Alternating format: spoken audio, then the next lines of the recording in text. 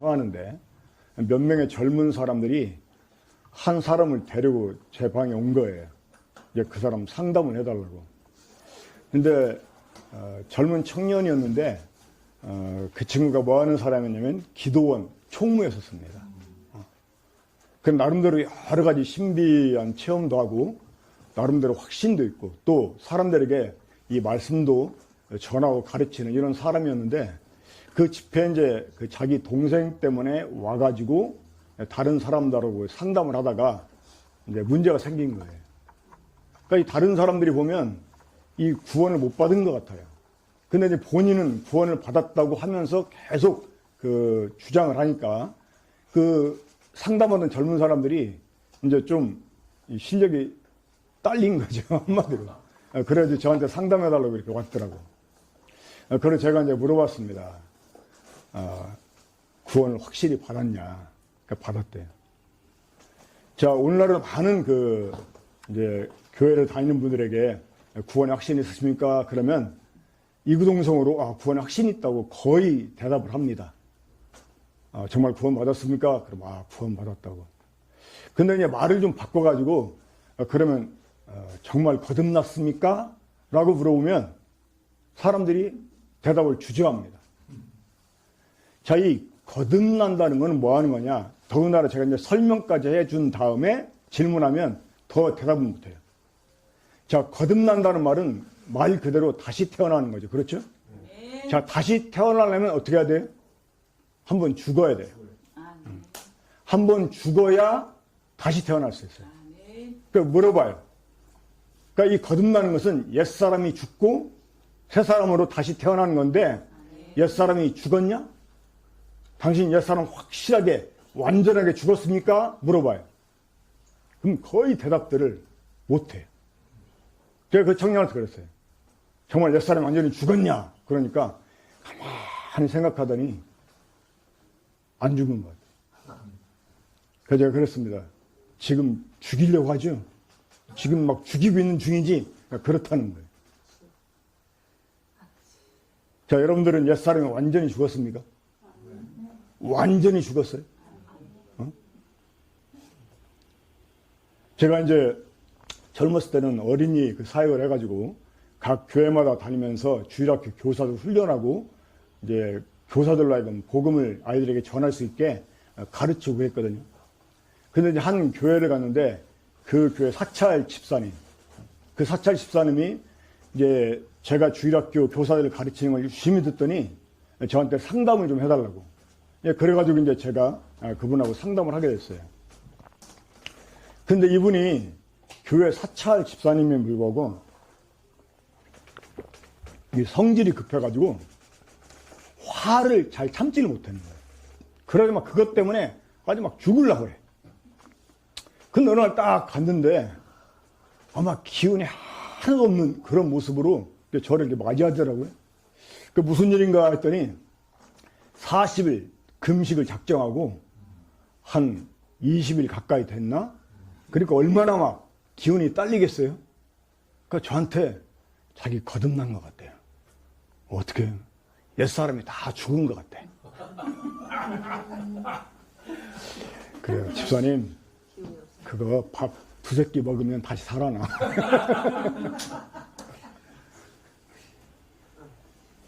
자, 이 거듭난다는 게 무엇일까요? 오늘날 이 교회에서 이 거듭남에 대해서 참 많은 가르침을 합니다. 거듭나야 된다, 강조하고. 그리고 이제 거듭나면 어떻게 된다. 이렇게 막 또 결과를 얘기해주고. 그런데 막상 어떻게 거듭나느냐, 이걸 정확하게 얘기해주잖아요. 그러니까 이렇게 하면 거듭나는 건가?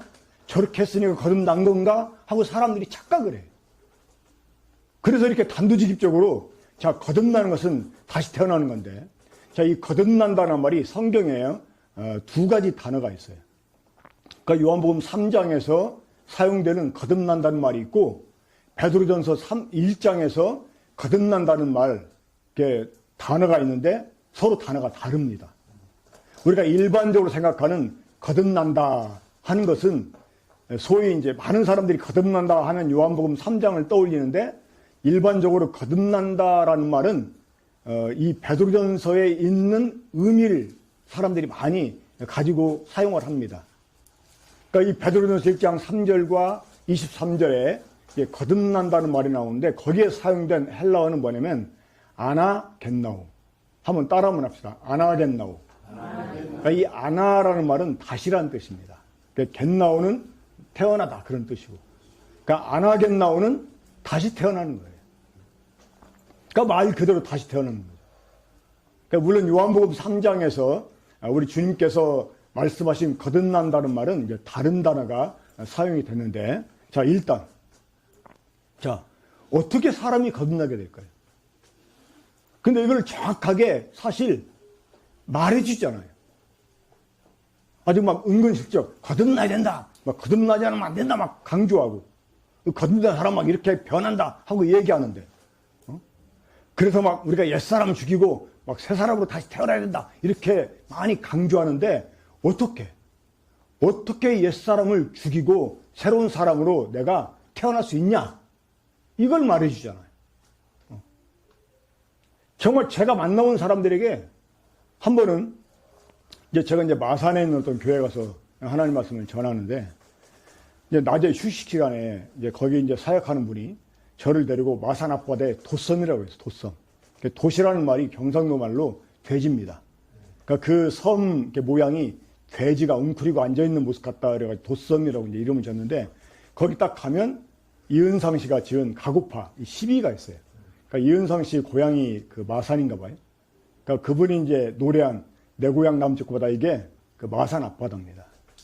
근데 그 섬을 한 바퀴 쭉 도는데 한 젊은 사람이 멍하니 바닷가에 서가지고 먼 곳 응시하고 있더라고요. 근데 분위기 갖고 자살하기 직전 사람 같아요. 그래서 제가 함께 간 분에게 저 사람 꼭 자살할 것 같지 않냐? 그냥 그렇게 보이는데 우리 가서 전도하자고 해서 가서 전도하는데, 마산 신학교, 그러니까 지방에 있는 마산 신학교 학생이었어요. 근데 전도하려고 이렇게 전도를 주고 이렇게 말하니까 그러더라고. 저 신학생입니다. 그래? 그러면 언제 구원받았습니까? 물어보니까, 제가 신학생이라니까요, 이래요. 아니, 언제 구원받았냐고 물어보는데, 신학생이라는 대답이 말이 돼요? 아이고, 제가 부족하지만 장로입니다. 아이고, 제가 부족하지만 전도사입니다. 이렇게 사람들이 언제 거듭났냐, 어떻게 거듭났냐 물어보면 언제 이렇게 구원받고 거듭났다 말하면 되잖아요. 그래서 다시 물어보니까 이 젊은 사람이 그렇게 말하더라고. 나 성질 급한데 그냥 가시라고. 그러니까 함께 간 사람이 그 말 봤더니, 나도 성질 급한데 막 하면서 그 질문이 뭐가 잘못됐냐 이러니까 한다는 말이, 구원받기는 어떻게 받아? 신구약 성경 처음부터 끝까지 다 지키면 구원받지, 이렇게 말하더라고. 맞아요, 틀려요? 왜 틀려요? 아니, 신구약 성경 처음부터 끝까지 다 지키면 구원 못 받아요? 당연히 받지, 당연히.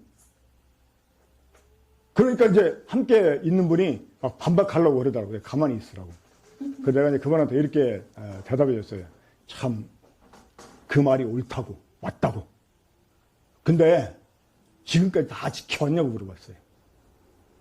아니, 지금까지 다 못 지켜온 거는 그냥 없는 셈 치고 지금부터 잘 지킬 수 있냐 물어봤어요. 대답 못하죠. 오늘 제가 여러분들에게 좋은 기술 한 가지 가르쳐 드리겠습니다. 뭐냐면 이 물 위를 걷는 기술이에요. 제가 하라는 대로만 하면 물 위를 걸어 다닐 수가 있습니다. 진짜. 여름에 구태여 바닷가에 가가지고 수영하거나 튜브 탈 필요가 없어요. 제가 하라는 대로만 하면 물 위를 걸어갈 수 있습니다. 어떻게 하냐면 먼저 오른발에 왼발을 딱 디뎌. 그럼 빠지려고 할까요? 그렇죠? 그 발이 빠지기 전에 빨리 다른 발을 디뎌.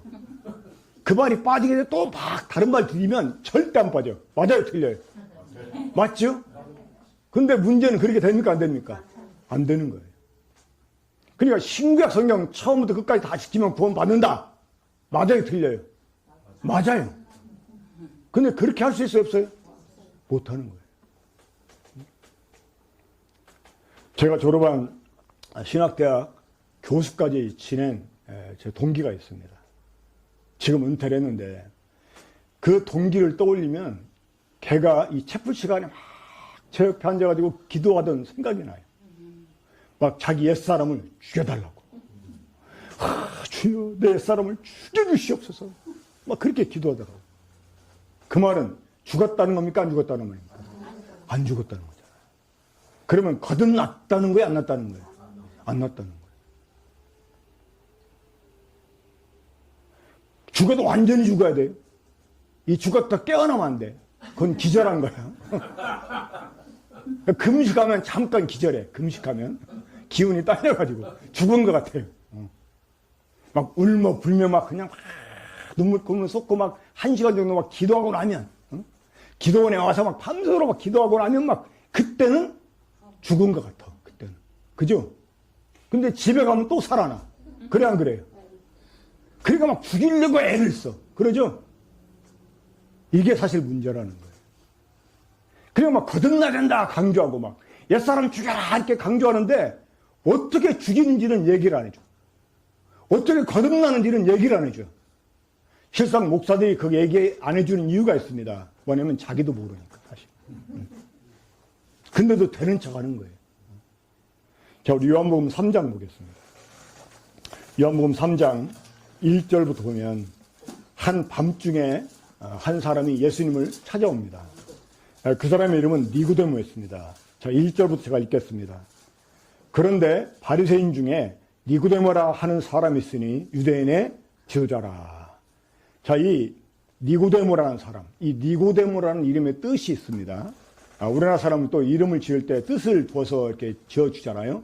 제 이름이 광수입니다. 저기 보니까 잘못됐더라고, 광석. 하마터면 제가 그래서 이 김광석의 노래를 부를 뻔했습니다.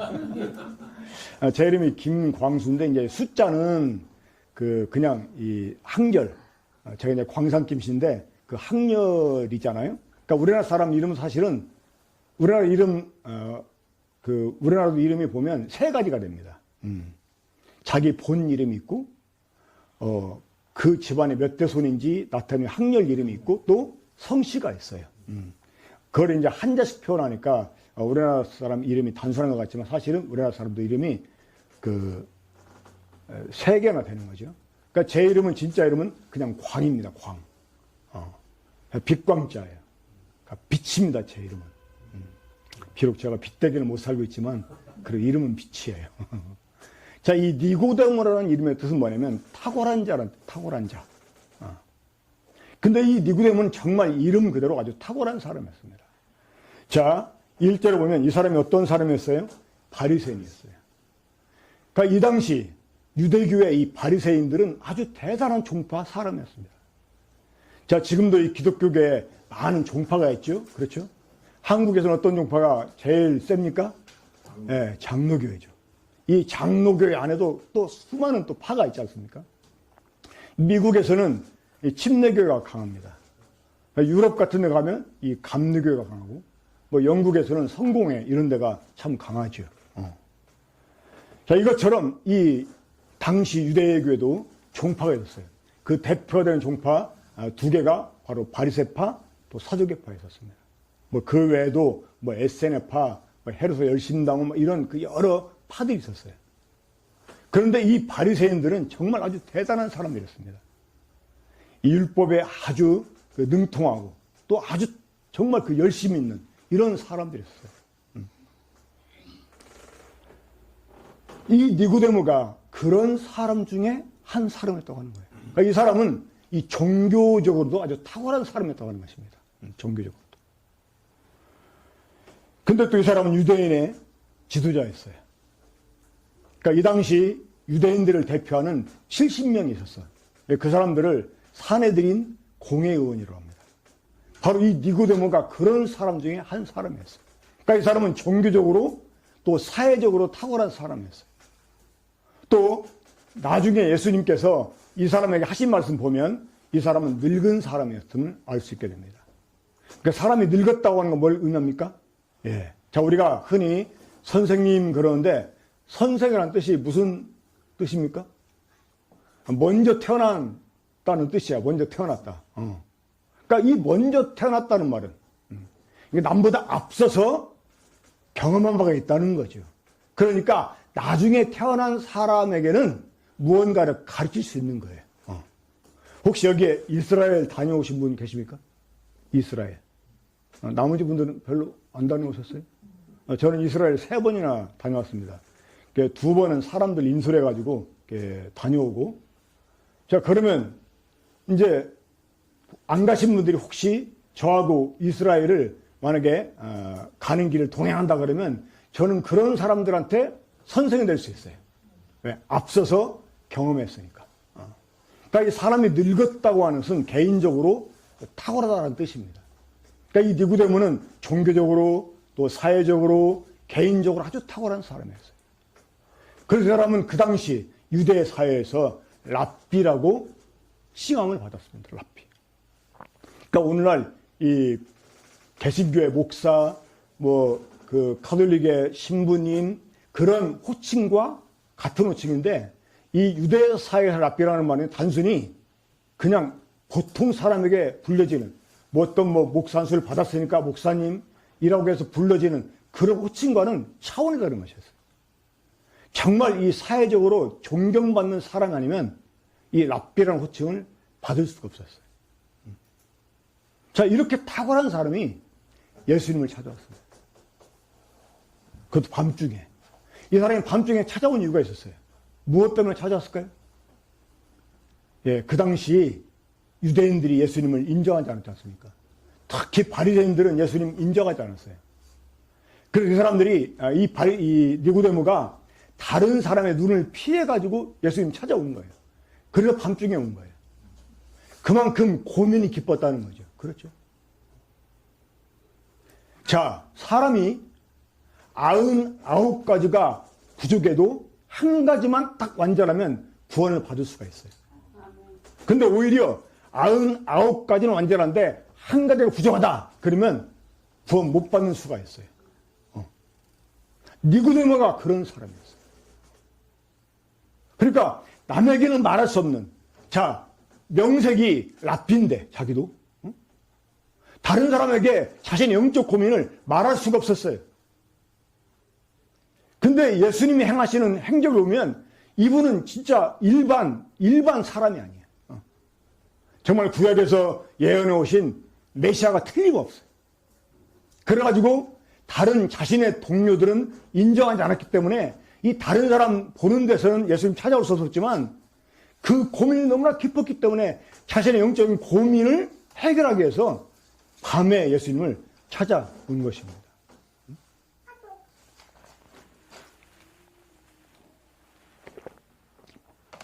여러분도 말끝마다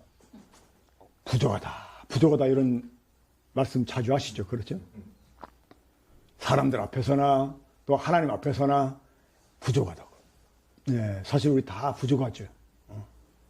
근데 부족한 것도 종류에 따라 다릅니다. 근데 이 니고데모는 아주 심각한 영적인 문제를 가지고 있어요. 자, 그래서 와가지고, 자, 이 당시 우리 그 주님은 인간 나이로 서른을 갓 넘긴 아주 젊은 새파란 청년이었어요. 근데 이 늙은 할아버지가 새파란 청년에 가가지고 뭐라고 말했습니까? 자, 거기 보시면 2절 보겠습니다. 그가 밤에 예수께 와서 이르되 랍비여. 자, 이 랍비라는 말은 함부로 붙여지는 호칭이 아니라고 그랬어요. 그런데 이 늙은 할아버지가 진짜 유대 사회에서 존경받는 이 랍비가 이 새파란 청년에게 와가지고 랍비요 이렇게 부른 거예요. 그 얼마나 겸손한 사람이었습니까? 좌우지간 겸손해야 됩니다. 정말 거듭나려면 겸손해야 돼요. 그러면서 당신은 하나님께로부터 오신 선생인 줄 아나이다. 하나님이 함께 하시지 아니하시면 당신이 행하시는 이 표적을 아무도 할 수 없음이니이다. 아직 무엇 때문에 예수님 찾아왔는지 말도 안 했어. 근데 3절에서 예수님이 어떻게 말씀했습니까? 다짜고짜로 사람이 거듭나지 아니하면 하나님 나라를 볼 수 없다 이렇게 말씀했어요. 아마 이 말이 니고데모에게는 아주 충격적인 말로 들렸을 것입니다. 자, 니고데모가 무슨 문제 때문에 찾았을까요? 사실은 하나님 나라 문제 때문에 찾아온 거예요. 그러니까 이 하나님 나라에 관해서 예수님께 질문하려고 찾아왔는데 예수님은 다짜고짜로 사람이 거듭나지 않으면 하나님 나라에 들어갈 수 없다. 하나님 나라를 볼 수 없다. 이렇게 말씀해요. 그러니까 하나님 나라를 지금까지 기다려왔잖아요. 그렇죠? 그럼 어떻게 하면 하나님 나라에 들어갈까 생각하고 그러기 위해서 남녀노부터 성경을 알아왔고 열심을 냈고 그래서 유대사회에서 존경을 받는 그런 이치까지 올라갔었어요. 정말 남들과 비교해서 꽤나 높은 영적 수준을 갖고 있는 사람이다 그 말이에요. 그런데도 뭔가 부족한 것 같아요. 이거 가지고는 안 될 것 같아요. 그래서 뭔가 예수님께 한 수 배우려고 예수님 찾아온 거예요. 근데 예수님은 이 사람의 고민을 듣기도 전에 뭐라고 말씀했어요? 사람이 거듭나지 않으면 하나님 나라를 볼 수 없다. 만약에 우리 주님이 한국 전라도 땅에 태어나가지고 이 전라도 사투리를 쓰셨다면 니고데모에게 이렇게 말씀했을 거예요. 너 거듭나야 쓰겄다. 이렇게. 너 지금까지 열심히 노력했는데, 응? 너 정말 애 많이 썼는데, 응? 너 정말 나름대로 막 정말 하나님 사랑하고 막 충성을 다 바쳤는데 그래도 너 거듭나야 쓰겄다. 이렇게 말씀하신 거예요. 이 니고데모가 갖고 있는 영성은 오늘날 목사 못지않은 것이었습니다. 사실. 이 니고데모처럼 공식적으로 유대사회에서 존경받아가지고 랍비라는 호칭을 듣는 사람, 우리 기독교계 목사님 가운데 몇 명 있을까요, 사실? 그냥 목사라고 하니까, 그냥 뭐 종교 지도자라고 하니까 사람들이 그냥 인정해 주는 거지, 그렇죠? 근데 이 니고데모는 그런 사람이 아니었다는 거예요. 그 유대 종파, 바리새파 안에서도 존경받는 사람이었어. 유대인을 대표하는 사람이었다고 해요. 그리고 또 그냥 새파란, 그냥 배워서 알게 된 그런 지식 갖고 있는 새파란 젊은 청년이 아니라 오랜 경험을 갖고 있는 나이가 많은 분이었다고 하는 거예요. 자, 이 거듭나야 된다고 할 때 니고데모 어떤 반응 보였습니까? 한번 보겠습니다. 4절. 니고데모가 이르되 사람이 늙으면 어떻게 날 수 있사옵나이까? 두 번째 모태에 들어갔다가 날 수 있사옵니까? 이렇게 물어봐요. 네? 거듭나야 된다고요? 아니 내가 이렇게 늙었는데 어떻게 다시 태어납니까? 다시 어머니 뱃속에 들어갔다가 나와야 된단 말입니까? 라고 반문한 거예요. 자, 아까 제가 말씀드렸듯이 이 신약 성경에는 거듭난다는 말이 이제 두 단어가 사용됐다고 그랬습니다. 자, 베드로전서 1장 3절과 23절에서는 어떤 단어가 사용됐다고요? 어떤 단어가? 까먹었죠? 이러니 들으면 뭐하냐고 이러니. 믿음은 들음에서 온다고 그랬는데 이렇게 대충 들으면 안 돼요. 자, 뭐라고 말했어요? 거듭난다는 말이? 아나겠나오. 다시 한번 따라 한번 해봐요. 아나겠나오. 그러니까 말할 때 그냥 입으로만 하지 말고 딱 가슴에 박아요. 아나겠나오. 이 말은 다시 태어나다 그런 뜻이에요. 근데 요한복음 3장에서 예수님은 다른 말로 거듭난다는 말을 사용하십니다. 그게 무슨 말이냐면 아노덴. 다 같이 한번 따라해보세요. 아노덴. 이 아노덴이라는 말은 뭐 새로 태어나다 이런 뜻도 있지만 이 가장 깊은 우선적인 의미가 있어요. 뭐냐면 위로부터. 그러니까 위에서부터라는 의미가 있어요. 여러분들이 갖고 있는 성경책 보면은요, 그 만해주에 그게 있을 거예요. 거기 보면 거듭이라는 말에 3자 써 있고, 그렇죠? 그 밑에 보면 뭐라고 써 있어요? 또는 위에서. 그러니까 이 거듭난다는 말은 다른 말로 하면 어디에서? 위에서 난다는 말, 위에서. 위에서. 그러니까 위라는 것은 어디입니까? 하늘. 하늘이면 어디에서부터? 하나님께로부터 난다. 그런 말이에요. 그러니까 거듭나는 것은 다시 태어나는 건데 누구한테서? 하나님에게서 다시 태어난 하나님에게서. 사실 이 요한복음 3장에서 거듭난다는 말을 그 설명을 내면 상당히 어려운 이런 그 말들이 사용이 돼야 됩니다. 그래서 사실 제가 좀 고민했어요. 제가 이 젊었을 때는 사람들에게 복음을 전하면 마치 이 영적인 전사처럼 이 생기기는 참 순하게 생겼잖아요. 그렇죠? 근데 제가 사실 영적으로는 아주 막 투사 같았어요. 막 이 투사처럼 막 전해가지고. 그러니까 그때는 막 아주 단순하게 복음을 전했죠. 근데 좀 나이 먹어가면서 성경을 좀 더 이렇게 깊이 제대로 알게 되면서 이제 그때부터는 사람들에게 복음을 전할 때 좀 그 마치 설명을 많이 이렇게 해주는 이런 스타일로 그 복음을 전하거든요. 근데 이제 그러다 보니까 좀 더 어려워져요. 왜냐면 그 말씀 자체가 더 이제 깊이를 갖다 보니까 더 어려워져요. 근데 이게 이제 제한된 시간에 이 설명을 하려면 좀 약간 거시기한데. 근데 여기 계신 분들 보니까 수준이 알아들을 수 있을 것 같아요. 이제 그래서 제가 좀 말씀드리겠습니다. 자, 요한복음이라고 하는 책은 그 신학자들이 이렇게 설명을 합니다. 이렇게 평가를 합니다. 요한복음이라는 책은 마치 어린아이도 안심하고 놀 수 있는 강이면서 이 수영의 전문가라도 방심하면 익사할 수 있는 강이다. 그럼 뭔 말인지 이해가 됩니까? 이 요한복음이 단순하게 기록이 됐기 때문에요. 읽으면 다 이해가 되는 것처럼 보입니다. 그래서 이 사람들이 쉽다고 생각을 해요. 그만큼 그 어린아이도 안전하게 놀 수 있는 강이야.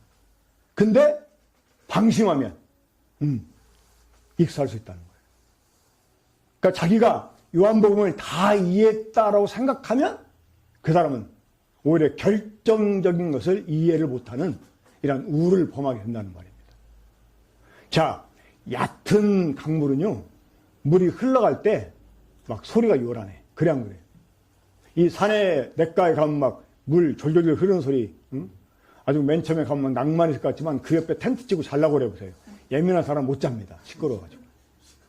근데 이 깊은 강물은 폭도 넓고 깊이 있는 강은 소리가 전혀 안 납니다. 그렇죠?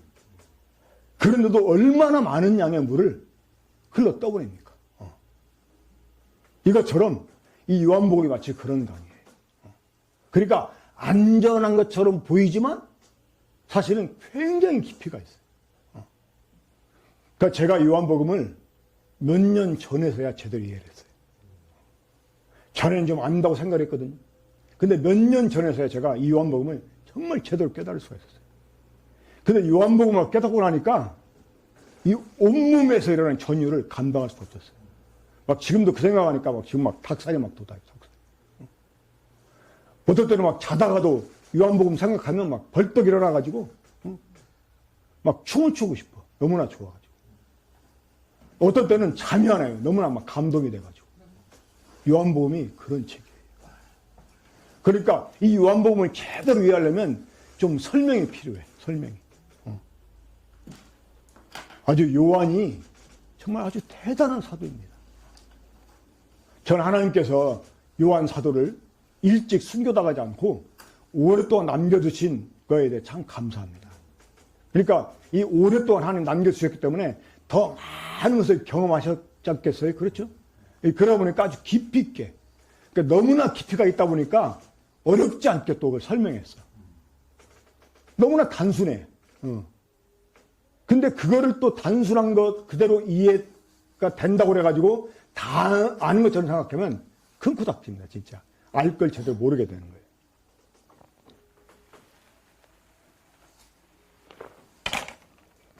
자, 이 위에서 난다 하는 말. 자, 이 말을 여러분들이 일단 마음에 두시면 좋겠습니다. 그러니까 사실 예수님이 거듭나야 된다 하는 말의 그 의도와 니고데모가 보인 이 반응은 좀 차이가 있었어요. 차이가. 그러니까 아까도 말씀드렸지, 베드로전서 1장 3절 23절에서는 안 하겠나오. 그 말 그대로 다시 태어나는 의미가 있다고 그랬어요. 그러니까 이 니고데모는 지금 안 오되니라는 말을 그런 의미로 이렇게 받아들인 거예요. 그 내가 이렇게 늙었는데 어떻게 다시 태어납니까? 라고 반응한 거예요. 다시 어머니 뱃속에 들어갔다 나오란 말입니까? 라고 반응한 거예요. 하지만 거듭나는 것은 그게 아니라는 것입니다. 단순히 다시 태어나는 게 아니라는 거예요. 다시 태어나는 게 아니에요. 이거는 하나님께로부터 태어나는 거예요. 그래서 이 요한복음에다가 제목을 이렇게 붙인다면 저는 이 제목이 가장 적절한 제목이 아닐까 생각했어요. 뭐냐면 생명, 하나님께로부터 나다. 자, 1장 13절에 오면 이는 혈통으로나 육정으로나 사람의 뜻으로 나지 아니하고 오직 하나님께로부터 난 자들이다. 이런 그 말씀이었어요. 그러니까 하나님께로부터 나다. 이게 여러분 거듭나는 거예요. 그러면 우리가 어떻게 할 때 하나님께로부터 나게 될까요? 자, 이제 우리말 성경 번역이 좀 잘못됐기 때문에 지금도 여기 보면 5절에서 진실로 진실로 내게로는 사람이 물과 성령으로 나지 아니하면 이렇게 이 성령이라고 번역한 이게 사실은 번역 잘못한 것입니다. 이 성령이 아니고 그냥 영입니다. 영. 그러니까 그냥 성령하고 그냥 영은 좀 달라요. 영어 성경 보면 더 스피릿 이렇게 써 있는데 이건 사실 다 그냥 영으로 이렇게 번역해야 돼요. 근데 이 한국말을 번역할 때는 어떤 구절에서는 그냥 영이라고 번역하고 어떤 구절에서는 그냥 성령으로 번역했는데 이 성령이라는 거 번역하려면 분명하게 Holy Spirit이라고 나와야지만 성령으로 번역을 해야 돼요. 그러니까 이러다 보니까 사람들이요 거듭나는 것을 마치 성령으로 거듭난다고 생각하는 거예요. 이 성령으로 거듭나는 게 아닙니다. 그러니까 성령으로 거듭난다고 잘못 오해를 하고 있기 때문에 사람들이요 뭔가 막 기도하다가 아까 전주에서 기도원 총무했다는 사람이 이제 있다고 그랬잖아요. 내가 이제 어떻게 거듭나냐 물어보니까 자기가 기도하는데 옆구리가 시원해도 돼요. 옆구리가. 그러니까 바람 성령 받았대. 바람 성령. 등짝이 뜨거워지면 불성령 받은 건가? 이것도 오해인데요. 사도행전 2장에서 성령이 이제 강림하시잖아요. 자, 오순절 때 성령이 하늘부터 오셨습니다. 자, 그런 사건은 계속 될 수 있습니까? 없습니까? 계속 될 수 없는 거예요. 그건 한 번입니다. 딱 한 번. 그건 지금 하늘에 올라가신 주님하고 성령님이 바톤 타치하시고 하늘에 지금 내려오는 광경을 보여주는 거예요. 내려오는 광경을. 응? 근데 성령이 내려올 때 어떤 소리가 들렸어요? 급하고 강한 바람 소리. 응. 무언가 빠른 물체가 막 공기를 가로 지나가면 소리 나잖아요. 그러니까 성령이 지금 하늘로부터 막 강림하시니까 그 소리가 들린 거야. 그럼 바람하고 성령 관계가 있어요? 없어요? 없잖아요. 응? 또 성령이 각 사람 위에 임해가지고 어떻게? 여러 갈래로 마치 불의 우리가 막 모닥불 피우면 이 불의 혓바닥 막 갈라지잖아요. 이렇게 갈라져서 각 사람에게 임했다는 거예요. 자, 성령님이 지금 어디에 위치하고 계십니까? 교회 위에 위치했어요. 그러니까 성도들 위에 머물러 계시는 거예요. 성령이. 그리고 마치 문어발처럼 막 여러 갈래로 갈라져가지고 각 사람에게 임해 있는 거예요. 성령이. 어? 그러면 성령하고 불하고 관계가 있어요? 없어요? 없잖아. 불에 혀처럼 갈라졌다 이거야. 우리 주님이 침례받고 물 위에서 올라왔을 때 성령이 뭐처럼? 비둘기처럼 내려왔다고 그랬죠? 마치 성령이 내려오시는데 비둘기가 땅에 내려앉는 모양처럼 내려앉았다. 그 의미잖아. 그럼 비둘기하고 성령하고 의미가 있어요? 없어요? 없잖아요. 근데 기도하는데 마음이 편해졌대. 무슨 성령이 임한 거야? 비둘기 성령이 임했대. 이 참 말도 안 되는 소리 하는 사람. 우리가 성령으로 거듭나는 게 아닙니다. 성령은요, 거듭난 사람에게 인처직에서 오시는 거예요. 너는 이제 내 아들이다. 너는 이제 거듭난 사람이다. 이걸 보증해 주려고 하나님이 우리에게 성령을 주시는 거예요. 성령으로 거듭나는 게 아닙니다. 정확히 말하면 뭘로 거듭나느냐? 말씀으로 거듭나, 말씀으로. 근데 이제 그럼 어떤 말씀이냐? 이 복음인 거죠. 그럼 이 복음이라는 게 뭐냐? 이제 이걸 알면 이 거듭남의 비밀이 풀립니다, 사실은. 자, 일단은 좀 이거 제가 설명을 좀 드리겠습니다. 어렵더라도.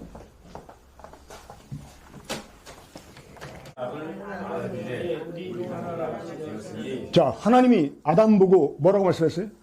이 사람이 선악을 아는 일에 우리 중 하나가 지었다는 거예요. 그게 문제라는 거야, 그게. 예? 그러니까 선악을 아는 게 문제다, 그 말입니다. 그럼 이 선악을 알았다는 게 뭐냐? 이제 이거 우리가 궁금해야 되는 거예요. 그렇죠? 그러면 이 선악을 알았다는 게 어떻게 알은 거야? 진짜 선이 뭔지 악이 뭔지 알았다는 말이 아닙니다. 진짜 선이 뭔지 악이 뭔지 모르면서요. 이거 먹잖아요? 그러면 인간이 지 맘대로 이건 선하네? 이건 악하구나? 이렇게 결정한다는 거예요. 어?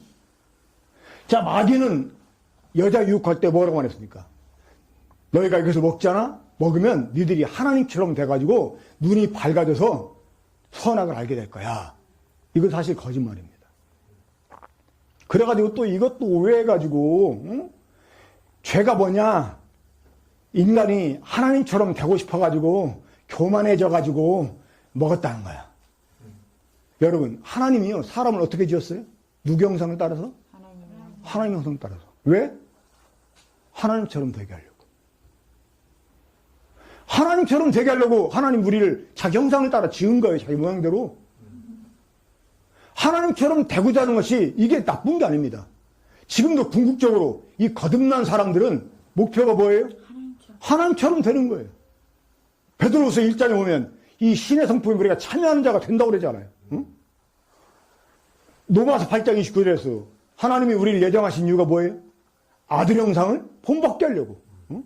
그러니까 하나님처럼 되는 게 잘못된 게 아니에요. 근데 마귀는 거짓말한 거야. 하나님처럼 돼가지고 선악을 안다. 이건 여러분 좋은 겁니다. 하나님처럼 돼서 선악을 안다. 이 말하고요. 선악을 아는 일에 하나님처럼 됐다. 이 말은 전혀 달라요. 의미가. 자, 14살 먹은 남자애가요. 어른이 돼서 여자를 알았다. 이거 나쁜 겁니까? 괜찮은 겁니까? 14살 먹은 애가 어른 돼가지고 여자를 알게 됐어. 나빠요? 괜찮아요?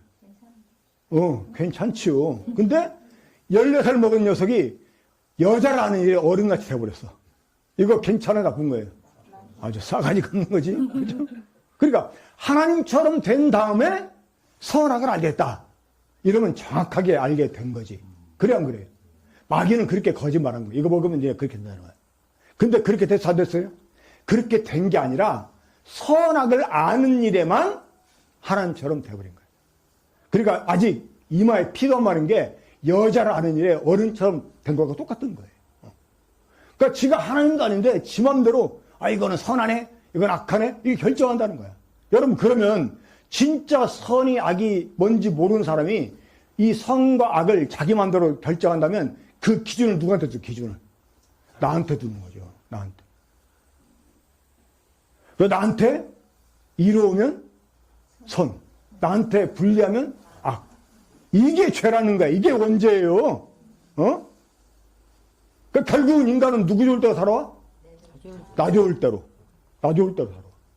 왜? 그게 선이니까. 여러분 지금까지 누구 좋을 때로 살아왔어요? 그게 죄라는 거야. 그래서 이런 죄악을 이사야 53장 6절은 이렇게 표현해 줍니다.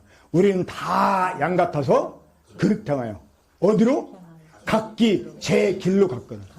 이 각기 제 길로 간 게 이게 죄라는 거예요. 이게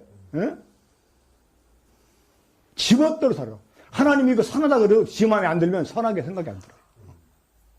그러니까 이 선악을 알게 하는 나무 열매를 사람이 먹었어요. 그래서 이제 사람이 어떻게 됐어요? 이 선악을 하는 죄를 갖게 됐어요. 사람이. 그러니까 사람이 이제 이 사람 속에 죄가 들어오고 죄가 사람을 지배하게 됐어요. 그러니까 사람이 이제 죄인이 된 거야. 이 사람이 누구다? 육이라는 거예요. 이게 육이라는 거예요. 그러니까 하나님이 선언했잖아요. 내 영이 사람과 영원히 함께하지 않겠다. 왜? 이는 그들이 육이 되었으니까. 그러면 이 예전에는 사람이 육이었다는 겁니까? 아니었다는 겁니까? 육이 아니었다는 거죠. 이 몸에 살이 있었지만 육이 아니었다는 거예요. 육이 아니었어. 이제 여기 성인들만 계시니까 제가 이런 표현해도 좀 괜찮겠네요. 이스라엘 사람들 남자아이 8일 만에 할례 받잖아요. 이 할례 받는 할례가 뭡니까? 이 애기 고추 껍질 딱 잘라낸 거야, 끝을. 그게 뭘 의미한 줄 아세요? 이거를 신약성경 골로새서 2장에서는 사도 바울이 육적 몸을 벗는 것이다, 이렇게 표현했습니다.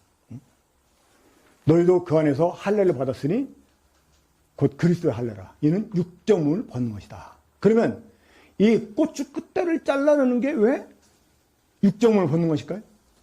이래요. 이 남자의 그 고추 있잖아요. 남자의 고추는 살로 돼 있어요. 뼈가 없잖아요, 거기에. 그래서 이 남자 고추를 영어로 naked flesh라고 그래요. 그러니까 벌거 벗겨진 살이라고 하는 거예요. 그러니까 이 바깥 부분에 이 육이 몸 밖으로 탁 삐져나와 있어. 그러니까 이게 이제 육을 상징해. 남자 고추가. 그거를 딱 잘라내는 거예요. 그리고 육정을 난 벗어버린다. 나는 이제 육으로 행하지 않는다. 이런 의미의 고백입니다. 할례가 사실은. 그러니까 이 육이라는 말이, 이 살이라는 말이 이 창세기 6장 3절 이전에 몇 번 나와, 2장에서. 하지만 그때는 나쁜 의미로 나오지 않아요. 근데 6장 3절에서 육이라는 말이에요. 그러니까 이것을 먹음으로 인해 가지고 살아있는 혼, 리빙 소울이 뭐가 됐다? 육이 되었다는, 육이. 자, 그럼 여러분 보세요. 이제 중요한 겁니다. 이 동산 중앙에 하나님이 동산 가운데는 이렇게 표현해서, 자, 눈을 뜨세요. 이제 지금쯤이면 이제 졸릴 시간이죠. 또 이제 이게 설명이 사실 쉬운 것 같지만 이게 좀 어렵습니다. 이렇게 그러다 보면 졸릴 수가 있어요. 자, 이 동산 가운데 두 나무를 만들어 왔다. 이거는 중요하다는 거죠. 자, 그럼 물어봅시다. 이 생명나무하고 선악을 알게 한 나무가 어떤 나무가 더 중요한 나무입니까? 자, 어떤 나무가 더 중요한 나무일까? 당연히 생명나무죠. 그죠? 이게 쉬운 건데도 대답들을 안 하시는 거 보니까 뭔가 이제 나한테 이제 대답 잘못하면 망신당할까봐. 뭐, 생명나무가 더 중요하죠, 사실은. 그렇죠? 하나님이 이거 먹지 말라고 한 이유가 있습니다. 왜냐면, 원래 하나님의 의도는 이거 만들고 싶지 않았어요. 근데 어쩔 수 없이 만드는 거예요. 무엇 때문에? 자유의지 때문에. 그러니까 인간에게 하나님 선택할 수 있는 자유의지를 주셨어. 그러니까 이 생명나무 하나 만들어 놓으면 자유의지를 줬다는 건 거짓말이 됩니다. 그렇죠? 선택의 여지가 없잖아요. 그렇죠? 그러니까 선택의 여지가 없으니까 반대가 된 나무를 만들어 놨어요. 하지만 먹지 말라는 거야. 자, 그러면 이 두 가지 중에 이거 먹지 말라 하는 말은 반대로 뭐라는 것입니까? 이거 먹으라는 거예요, 이거. 원래 하나님의 의도는 이거를 먹게 하려고 지어놓은 거예요. 이거를 먹게 하려고. 자, 만약에 아담과 하와가 이거 안 따먹었으면 인간이 영생했을까요? 못했을까요? 네? 이거 안 먹는 영생하는 게 아니에요. 안 죽는 거지. 그러니까 많은 사람들이 영생 오해해요. 영생은 죽지 않고 영원히 사는 거라고 그래요. 구원 못 받은 사람은 영원히 살아요. 그래 안 그래요? 그러니까 이제 이렇게 설명해, 영생은요, 죽지 않고 천국에서 영원히 덧붙여. 근데 죽지 않고 영원히 사는 게 영생이 아니에요. 이거 안 따먹으면 안 죽지. 응? 하지만 영생 얻으려면 어떻게 해야 돼요? 이거 먹어야 되는 거예요. 응? 이해가 됩니까?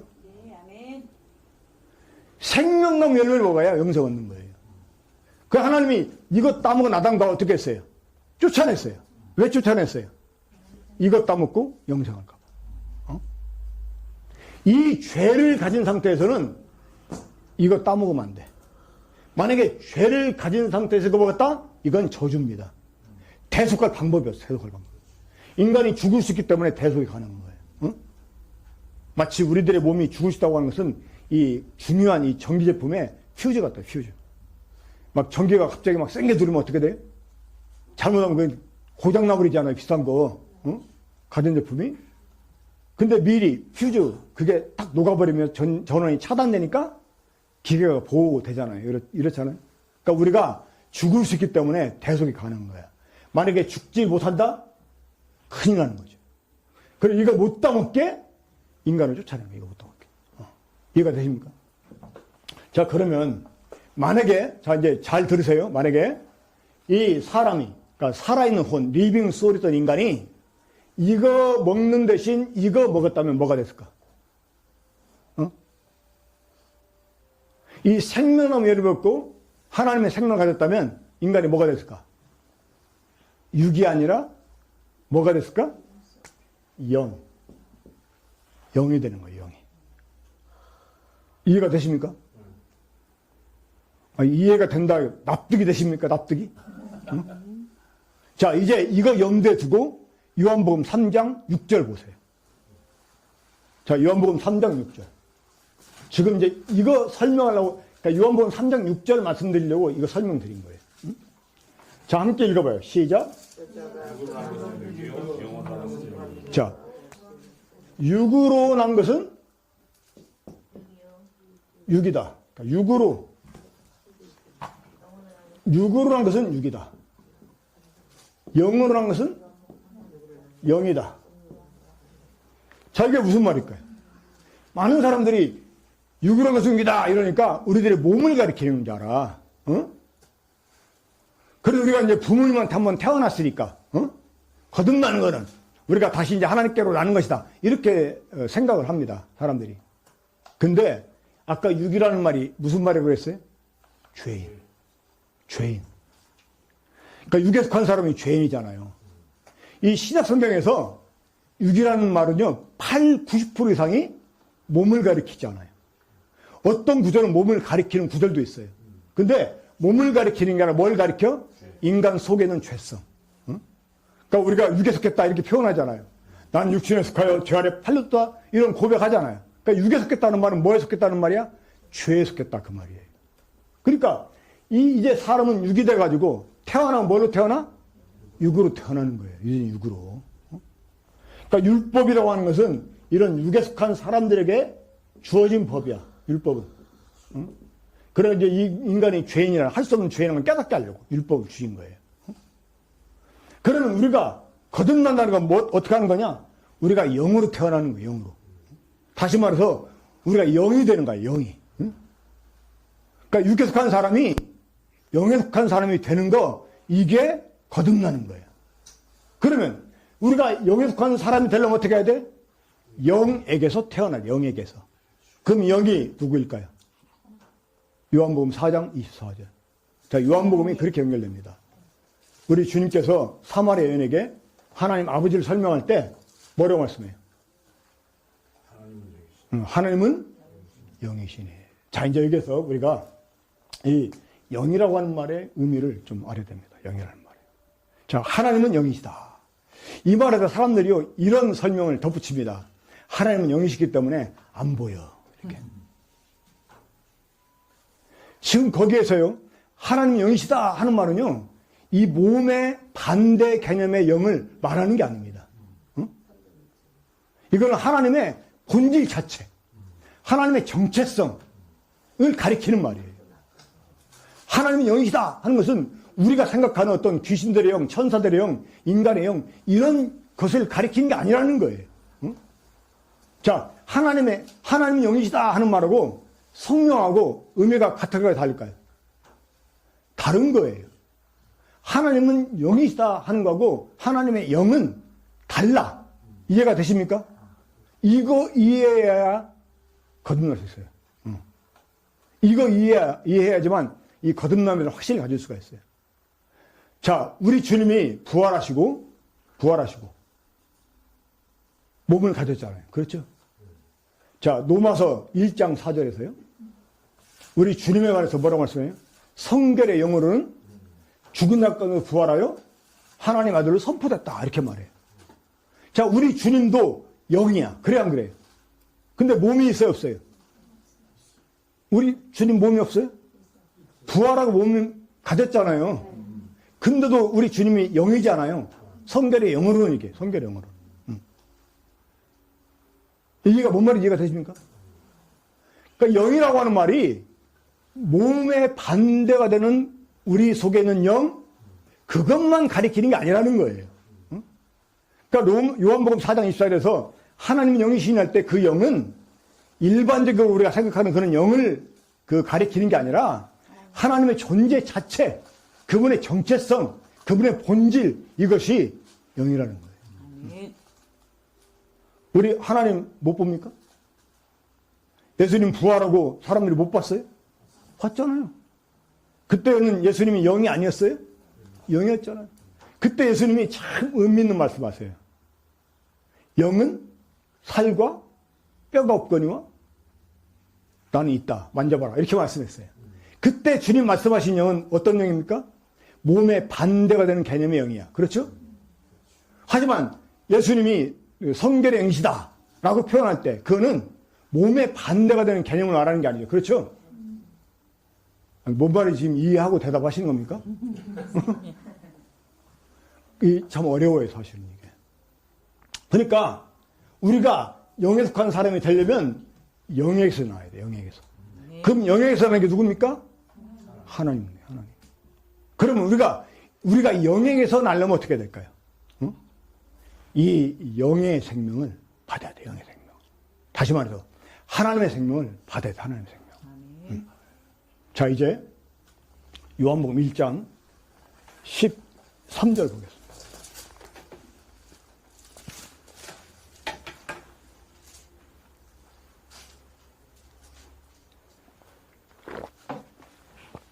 자, 요한복음 1장 13절 함께 읽어봐요. 시작.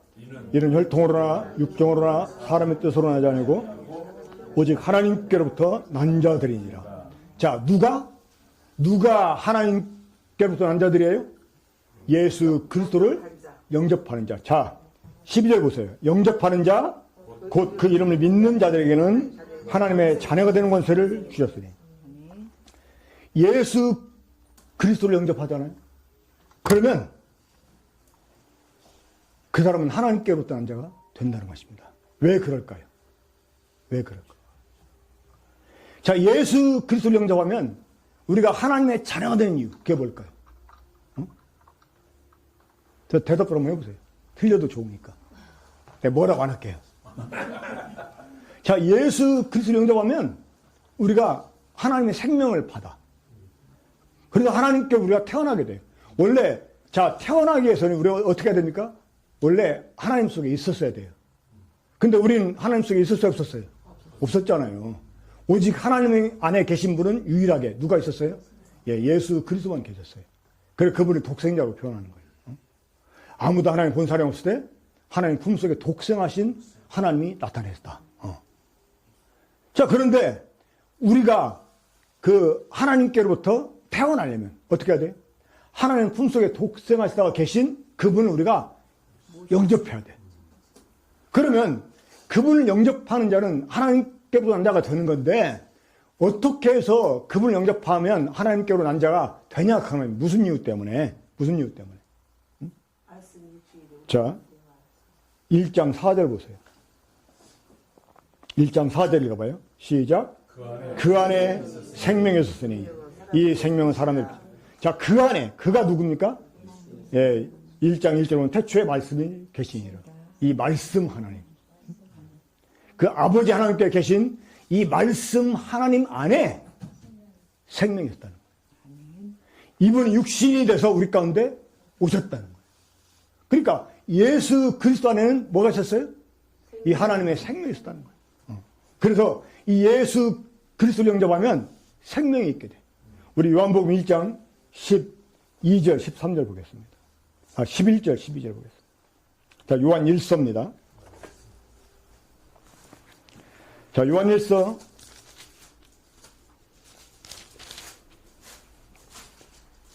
5장. 자, 11절, 12절. 함께 읽어봐요. 시작. 또 증거는 이것이니 하나님 우리에게 영생을 주신 것과 이 생명이 그의 아들 안에 있는 그것이니라. 아들이 있는 자에게는 생명이 있고 하나님의 아들이 없는 자에게는 생명이 없느니라. 자, 이 아들이 있는 자에게 생명이 있는 이유가 무엇 때문입니까? 그 아들 안에 생명이 있었기 때문에. 그러니까 하나님이 아들을 보냈다 하는 말은 곧 뭘 보냈다는 말입니까? 생명을 보냈다는 말이에요. 생명을. 자, 원래 이 생명은 누가 낸 생명이었어요? 요한복음 5장 26절 보세요. 자, 요한복음 5장 26절. 거기도 함께 읽어봅시다. 자, 시작. 아버지께서 자기 속에 생명의 성같이 아들의 생명을 주어 그 속에 있게 하셨고. 자, 여러분 잘 생각하세요. 원래 아들 안에 생명은 누구 안에 생명이었어요? 아버지 안에 생명이었어요. 그러니까 아버지가 자기 속에 있는 생명을 아들에게 주어서 아들을 보내주셨다 그 말이에요. 그러니까 말씀 안에 생명이 있었으니 그 안에 생명이 있었. 이 말은 하나님이 자기 생명을 아들 안에 주셨다 그 말이에요. 그렇기 때문에 이 아들을 받아들인 사람은 하나님의 생명을 받아들인 사람이 되는 거예요. 그래서 그 사람은 하나님께로부터 난 자가 되는 거예요. 그러니까 그 사람은 뭐가 되는 거예요, 이제? 영이 된 거예요, 영이. 여러분, 저를 보세요. 제가 영입니까, 아닙니까? 제가 영일까요, 아닐까요? 감히 영이라고 말하기가 좀 거시기하죠? 영입니다. 이게 내가 지금 이런 말씀 결론적으로 말한 게 아니고요. 로마서 8장 9절에 있어요. 만일 너희 속에 하나님의 영이 거하시면 너희가 육에 있지 않고 영에 있다. 우리가 영에 있다는 거예요. 그 말은 우리가 육이 아니라 영이다 그 말이에요. 자, 분명하게 주님 말씀했잖아요. 요한복음 3장 6절에서 육으로 한 자는 육이요, 영으로 한 자는 영이라. 그죠? 영. 그런데 말입니다. 김상규 씨가 하는 말입니다. 그런데 이 예수 그리스도를 영접하는데 아무나 영접하는 게 아니라는 거예요. 아무나. 누구나 영접할 수 있지만 아무나 영접하는 게 아니라는 거예요. 왜? 우리 창세기 3장 22절을 다시 봅시다. 창세기 3장 22절. 하나님이 이 아담과 하와를 에덴 동산에 쫓아냈어요. 왜 쫓아냈어요? 그들이 선악을 아는 죄를 가졌기 때문에. 자, 그러면 여러분 보세요. 이 선악을 아는 죄를 가진 상태에서 생명나무를 먹을 수 있어요, 없어요? 없는 거예요. 없는 거예요. 그러면 이 생명나무 열매를 먹으려면 어떻게 될까요? 보세요. 하나님이 얼마나 철저하게 이들을 그 생명나무 열매를 먹지 못하게 차단했는가? 자, 22절부터 보겠습니다. 시작. 여호와 하나님이 이르시되 보라, 이 사람이 선악을 아는 일에 우리 중 하나같이 되었으니 그가 그의 손을 들어 생명나무 열매를 따먹고 영생할까 하노라 하시고, 여호와 하나님이 에덴 동산에 그를 내보내어 그의 그늘된 땅을 갈게 하시니라. 이같이 하나님이 그 사람을 쫓아내시고 에덴 동산 동편에 그룹들과 두루 도는 불칼을 두어 생명나무의 길을 지키게 하시니라. 이 쫓아내기만 한 게 아니라요, 막 천사를 시켜서, 막 두루 도는 불칼을 통해서 이 생명나무로 오는 길을 완전히 차단해버렸어요. 나중에 노아 홍수 때 아예 쓸어버렸잖아요, 지면에서. 다시 말하면 죄 문제를 해결함 없이 절대 생명나무 열매 먹을 수 있다 없다? 없다는 거예요. 그럼 우리가 예수 그리스도를 영접해서 이 하나님의 생명을 받으려면 어떻게 해야 돼? 이 죄 문제 죄 문제를. 이 죄 문제를 해결해, 죄 문제. 그 그럼 이 죄 문제 어떻게 해결할 수 있을까? 죄 문제를. 그래서 하나님이 이 땅에 육신의 모양으로 예수 그리스도를 보내주신 거예요. 여기 계신 분들은 모두 다 예수님께서 우리들의 죄를 위해서 십자가에서 못 박혀 죽으시고 우리의 모든 죄값을 다 갚아주셨다는 거 다 믿으실 거예요. 그렇죠? 믿죠? 저도 옛날에 이 거듭나기 전에 믿었죠. 막 예수님 십자가 못 박힌 것만 생각하면 눈물이 막 주르고 막 흘러나오고. 응? 그런데도 저는 여전히 죄인이었고 여전히 막 옛사람을 죽이려고 막 발버둥을 쳤고. 응? 저 보면 약간 어깨가 굽은 것처럼 보이죠. 그죠? 그렇게 안 보입니까? 그거는 제가 14년도에 좀 운동해가지고 한동안 몸짱을 만드는 적이 있었어요, 제가요. 근데 그전에 약간 굽었었어요. 그러니까 뒤에서 목이 안 보인다고 그랬어요. 근데 그게 이유가 있었어요. 제가 이 거듭나기 전에 하나님이 하나님 뜻대로 살려고, 응? 죄 안 지으려고. 여자를 보고 음욕을 품은 자가 가늠한 자라고 해가지고 아예 여자는 쳐다보지도 않는 게 상책이다 해가지고 땅만 쳐다보고 다니다가 어깨가 굽었어, 사실. 진짜예요, 농담이 아니고.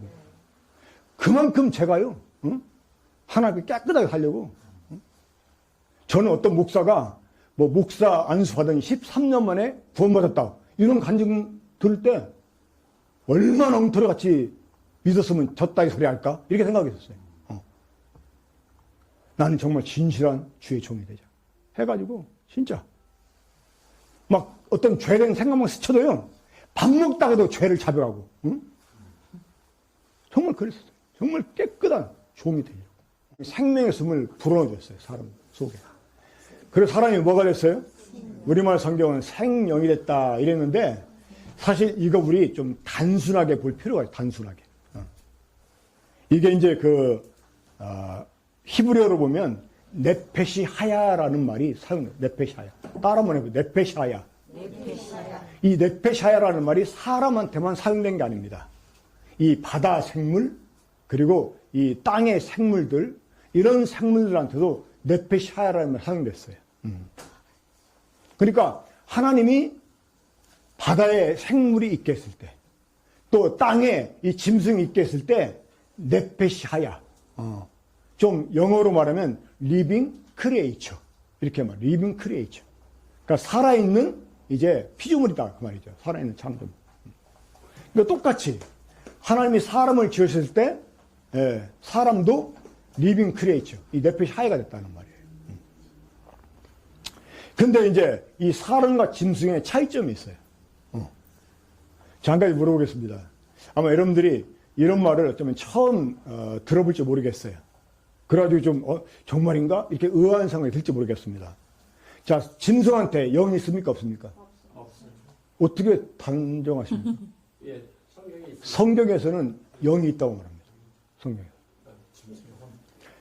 그 전도서 3장 21절 보면 우리말로 사람의 혼은 위로 올라가고 짐승의 혼은 아니다. 근데 그게 혼이 아닙니다. 영입니다, 사실은. 그래서 거기 난해지로 보면 희하고 영으로 됐어요. 영으로. 그러니까 이 짐승도 영이 있는 거예요. 이 히브리어 영이 루아예요. 루아. 근데 이 루아라는 말이 바람, 기운 이런 의미가 있어요. 그러니까 자 사람의 영은 죽으면 위로 올라가. 짐승의 영은 죽으면 아래로 가. 다시 말하면 소멸된다 그 말입니다. 그럼 어떻게 다를까요? 자 똑같이 다 하나님이 흙으로 지었잖아요. 그렇죠? 근데 이 짐승들은요, 어떤 기운이 들어갔을까?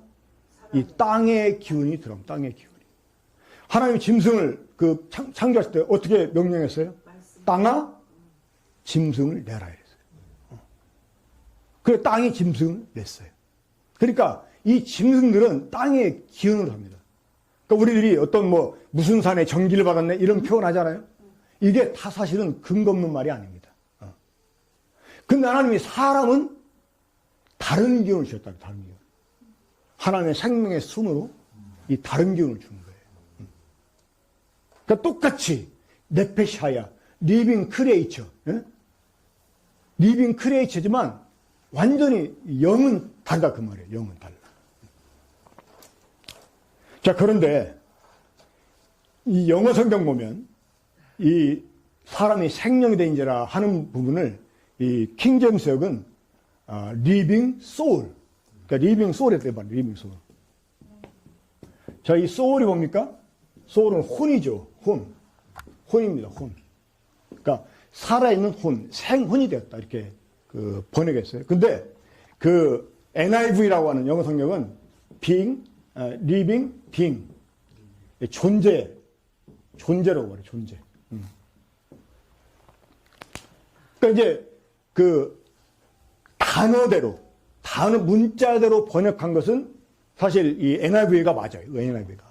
근데 의미적으로는 이 킹제임스가 맞아요. 자, 어떻게 이게 이제 이 의미가 들어갔느냐? 그 창세기 6장 3절 보세요. 거기 보면 이제 이전에도 많이 그 단어가 나왔었는데 6장 3절에서 이 단어가 특별한 의미로 사용이 됩니다. 한번 3절 읽겠습니다. 시작. 여호와께서 이르시되 나의 영이 영원히 사람과 함께 하지 아니하리니 이는 그들이 육신이 됨이라. 네, 여기까지만 보겠습니다. 자, 사람이 뭐가 됐어요? 사람이 뭐가 됐다고? 육이 됐다. 자, 우리말이죠. 육체, 육신 이렇게 이제 말하는데 사실은 이게 육신하면 두 글자죠. 단어가 두 단어가 됩니다. 사실은 그냥 육입니다. 육. 영어로는 플래시. 그러니까 이 육이라는 말은 뭐예요? 사실은 살입니다. 살. 우리들의 몸은 살만 있어요? 아니잖아요. 털도 있고 뼈도 있고 힘줄도 있고 막 피도 있고 막 물도 있고 막 그러잖아요. 그러니까 이 육이라는 말은 몸을 가리키는 말이 아닙니다. 그러니까 이제 하나님이 아담 갈뼈를 취해가지고 살로 채우셨다 할 때 그 살 나옵니다. 육이라는 말이에요. 있는데 뼈 중에 뼈, 살 중에 살 할 때 이 살이라는 말인데 그때 그 사용된 살이라는 말은 진짜 우리 몸에 있는 살을 가리켜. 근데 6장 3절에 있는 이 육이라는 말은 우리 몸에 살을 가리키는 게 아닙니다. 이 말은 뭐냐? 이 사람 자체를 가리켜요. 자, 하나님이 맨 처음에 지으신 사람, 땅의 흙과 하나님의 생명의 숨으로 지은 사람이 뭐가 됐다고? 킹제임스 여기에 가면 living soul이에요. living soul. 근데 사람이 뭐가 됐어요? 육으로 됐어요. 무엇 때문에? 죄 때문에. 그러니까 육이라고 하는 말은 무슨 말이냐? 죄인이란다. 죄인. 자, 하나님이 에덴 동산을 지으시고 이거 잘 안 나오네. 또 없습니까? 새 거? 하나님 에덴 동산을 지으시고